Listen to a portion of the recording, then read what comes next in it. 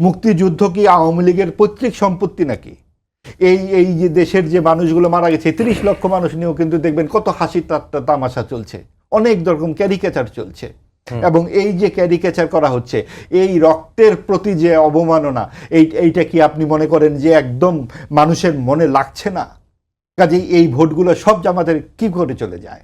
কাজেই যখন আপনি কোনো একটা কথা উঠবে, এখন জামাত অনেক নিজেদেরকে পরিবর্তনের কথা বলছে। আপনি দেখুন ডাকসু এবং জাকসুতে নির্বাচনে বিজয়ী হবার পর চারদিকে এরকম একটা ব্যাপার ঘটেছে, অনেক বড় কিছু ঘটে গেছে এবং তারা রায়ের বাজার বধ্যভূমিতে গিয়েও কিন্তু মোনাজাত করেছেন। অবশ্যই ব্যাপারগুলো ইতিবাচক, কিন্তু তাদের স্পষ্ট করতে হবে তারা কি এগুলো বুঝে শুনে করছে কিনা।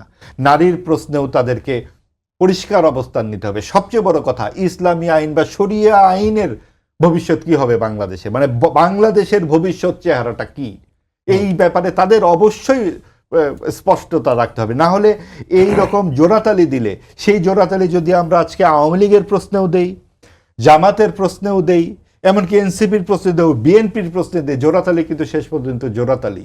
কাজে আপনাকে স্পষ্ট হতে হবে, আপনাকে বিচারের আওতায় আনতে হবে যারা গুলি করেছে, যারা হত্যা করেছে আমাদের তরুণদেরকে 24শে জুলাই আগস্টে, অবশ্যই তাদেরকে বিচারের আওতায় আনতে হবে। কিন্তু তাই বলে যারা সমর্থক তাদেরকেও আপনি ভোট দিতে বলবেন যে না এই দল বা ওই দল, এই দলে ভোট দিতে পারবেন না, এটা হয় না।